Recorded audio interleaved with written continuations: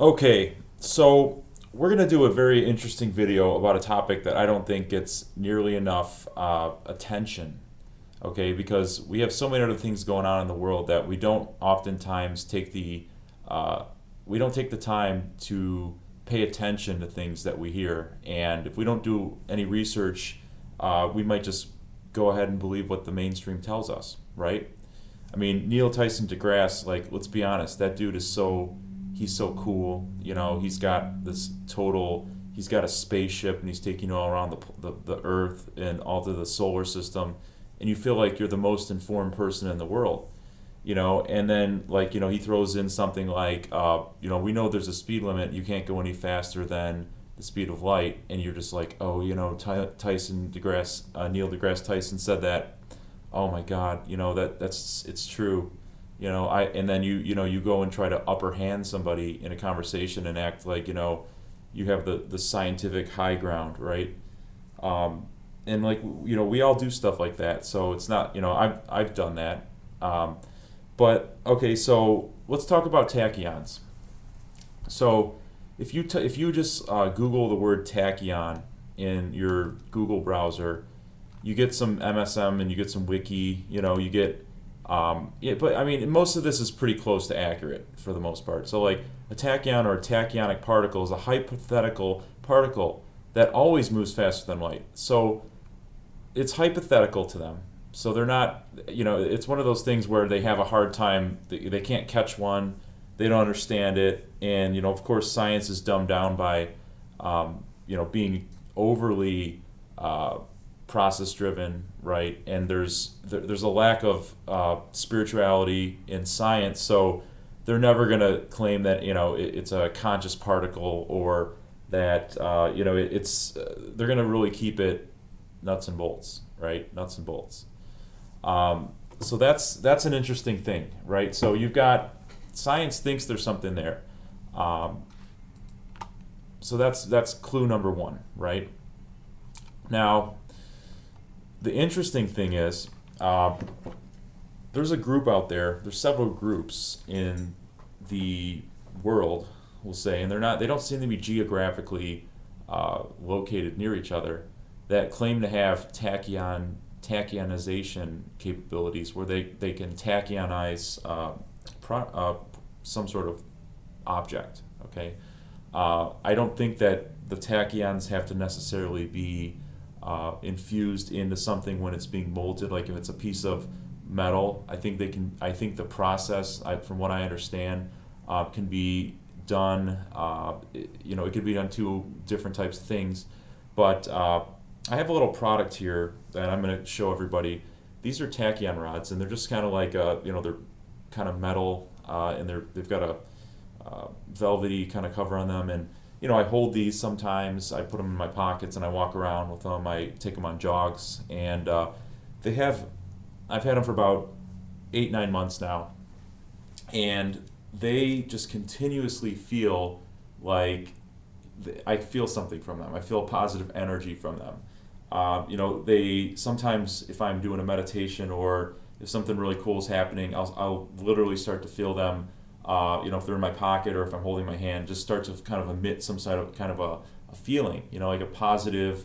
I would say like a spiritual love type vibration. We'll call it. Okay, so from what I understand, tachyons are multidimensional particles, basically almost like a multidimensional healing slash love particle. Okay, that's the basic scientific definition. Now, you're saying like you know that sounds kind of new age crap. Well, no, guy, I think this is the real deal. Okay, I think it's the real deal, and now you're going to start to look down this road, and you're quickly going to come to the extraterrestrials, conspiracies, and things like this. So I'm just going to put it right out there that most of the people that claim to have this technology are going to also claim that it was channeled to them by extraterrestrials. Okay, so you know that's probably going to be a turnoff to some of the really what is it, left brain? I don't know which side of the brain is the scientific side, but whatever side it is,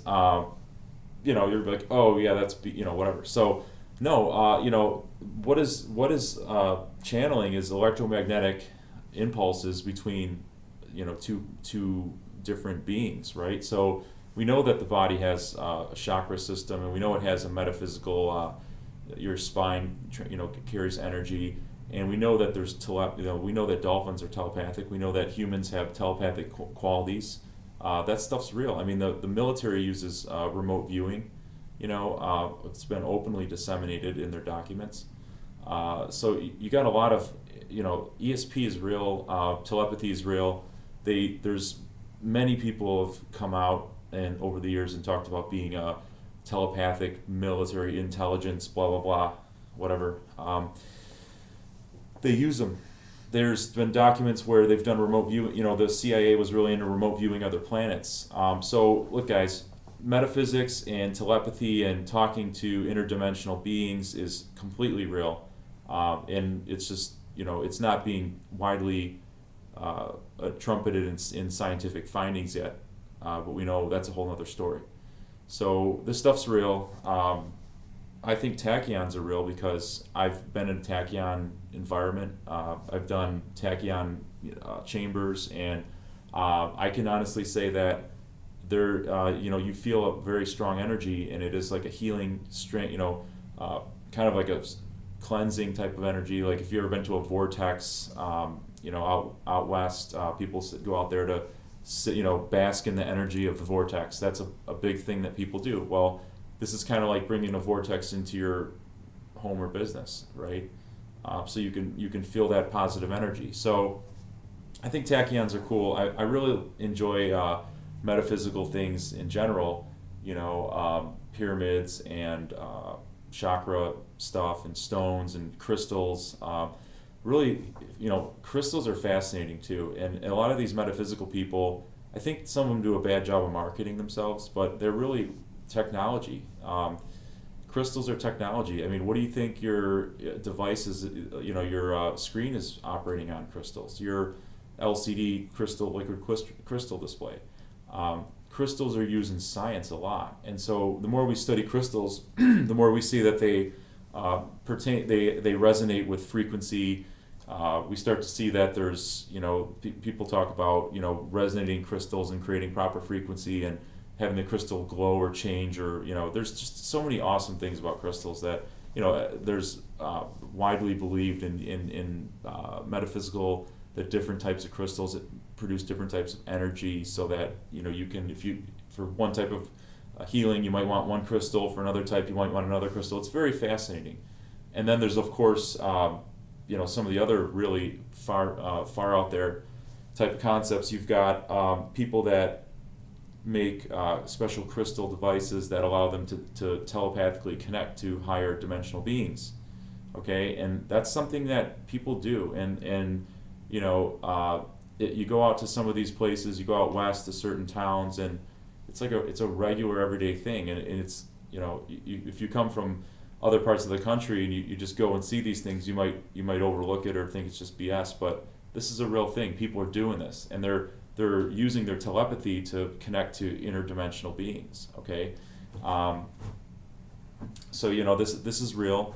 It's happening, and these interdimensional beings, they want to give us technology to heal because they know what's going on here. I think they have some understanding of the amount of pain and suffering that is actually going on. So I think they're trying to give us technology and stuff that's much more advanced and much more beneficial to life, really, than some of the microchip, digital-based technologies that have kind of crept in. So, and one of the crazy concepts out there that I think is just something that we need to think about is, and I haven't studied this, but just take this concept for a minute. Everybody always talks about analog versus digital.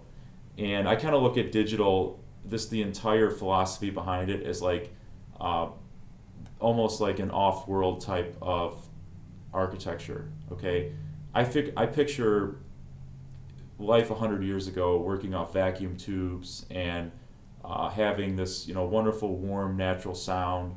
If you listen to a lot of the old people, are still after the old amplifiers and tube amplifiers and things and audio files, and they don't like the digital, right? So digital has a different wavelength than analog, right? It's a sharper thing. And then you start to think about some of these ancient teachings, and they talk about when you're moving through space, only move in the curves, don't move in the basically almost like sound waves, right? You've got a sine wave, natural wave, and then you've got like a I forget what you call it, the square wave or whatever, where it's very choppy, like digital, digital to analog, and so there's something there. We got to think about this some more, but why does it feel like? I mean, we already know that Roswell happened, so let's talk about the fact like all these technologies. They were obviously disseminated into, some of the stuff they found went into the mainstream, right? That's probably how they justified all the other crazy shit that they've done since then. So, what kind of technologies? Well, probably the transistor, I would imagine, had to come from off-world. Fiber optics, because fiber optics, that's one I think is very possible. All this digital, all these microprocessors had to be some sort of, they must have been reverse engineered from something. And I think, again, that was in Terminator 2. So, I mean, it's just, there's something going on here. And I think the microchips were not native originally. And so a lot of these technologies that we think are human derived, we may find out they're not. It's also been believed that even when radio was discovered, and I'm not looking at anything on the screen. I'm just kind of just going live here, but I believe that the actual radio signaling and doing creating a radio was discovered several times by several people in a very short amount of time in different places of the world. And there's a history of many riveting and fantastic inventions being discovered at multiple times. Even like with electricity, how it was harnessed, and discoveries often happen in multiple places at the same time. Okay, so that's a very interesting concept when you start to think about, and not to take anything away from the people that have created these technologies, but I just will say that we have to rethink how we believe technology is passed from one generation to the next. And if you start to look at ancient technologies now, you start to try to figure out how people did things back then. Well, one of the most fascinating things I've ever seen is what the things that are inside of the museums in Iraq, even to this day. I've seen a 7,000-year-old battery that generates electrical power. And so I think that a lot of the old technologies were extremely advanced, but also so much simpler and didn't have necessarily microprocessors and diodes and and all rare metals of all kinds. I think they were much simpler in their design in a lot of ways. They were just simple objects that resonated a certain way and could do a magnificent effect.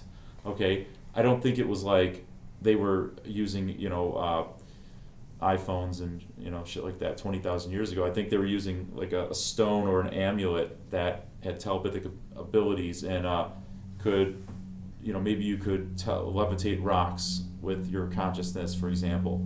Okay, like that's the kind of technology that I think is going to come back eventually in the next within our lifetimes, 30, 40 years. I think we're going to have things like that, and they're not going to be microprocessor driven. They're going to be like a crystal with a stone or something like that. It's going to be simple. It's going to be frequency, light, sound, very simplistic matters, crystals, stones, but not the complex smartphone type stuff. I think that stuff's going to kind of chill out a little bit. You're going to see the next wave of technology is going to be hopefully anti microchip, anti 50 different signals coming out of you. I mean, let's be honest. Smartphones are not. They're probably lowering our sperm counts. They're addictive.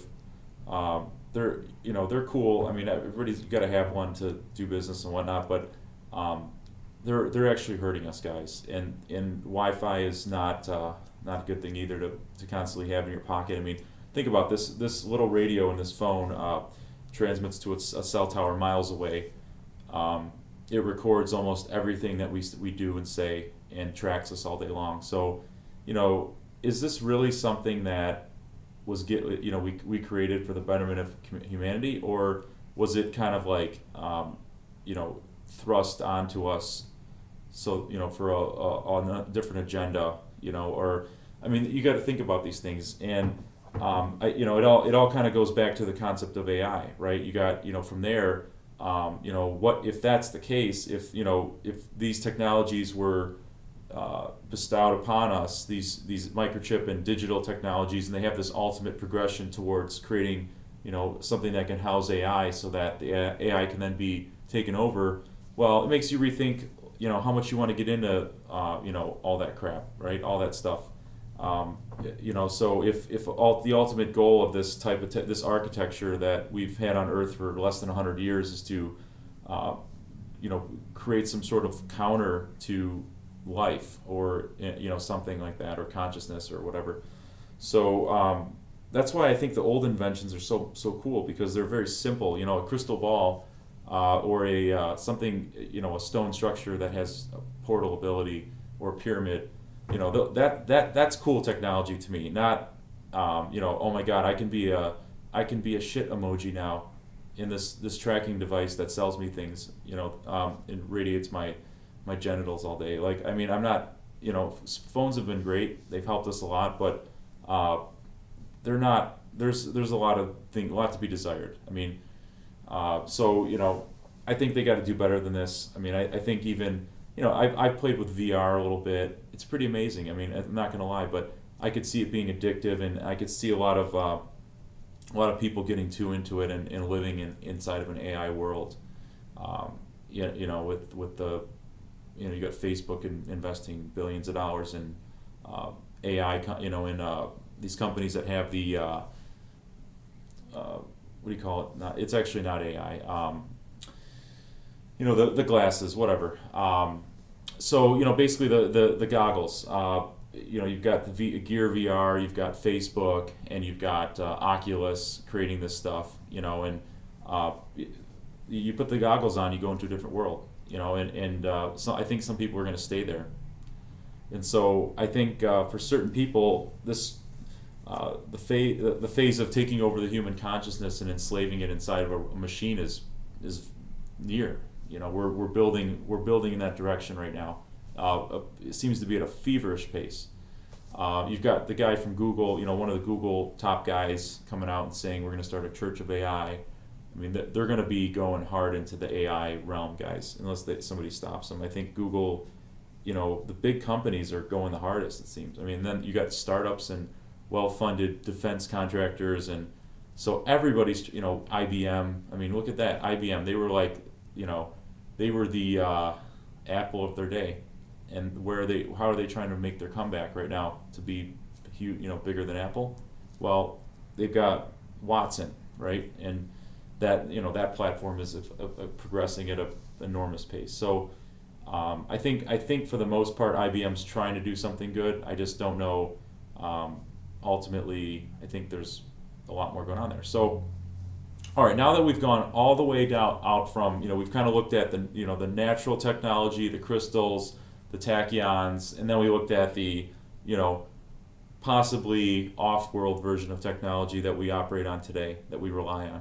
Okay, let's go back to the positive side one more time. So, I think this stuff's real. I think metaphysical, the body is an electromagnetic device. So let's.